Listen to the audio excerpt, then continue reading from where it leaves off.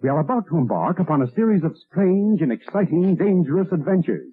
Adventures that will lead us to all parts of the world. Hello and welcome to another Bad Comic Review. This time we're looking at Star Trek The Mirror War, Issue 8. This is the final installment of the miniseries, but not the final installment of the storyline. There is still Star Trek The Mirror War Troy as a follow-up to this. This is written by Scott and David Tipton, art by Gavin Smith, colors by Charlie Kirchoff, letters by Neil Uyetake, senior editor Heather Antos, editorial assist by Vanessa Rial. Cover I have is by J.K. Woodward, and it's really good. It does relate to what's going on in a sense, but it doesn't really tell you anything about the story, but it's a nice piece of art. So in the Mirror Universe, Captain Picard is not only trying to take over as Emperor, he is also planning on going straight to the heart of the Cardassian-Klingon alliance and take out Cardassia Prime. His ships are probably not able to do it because his fleet is still pretty beat up from the encounter with the blockade of Cardassians.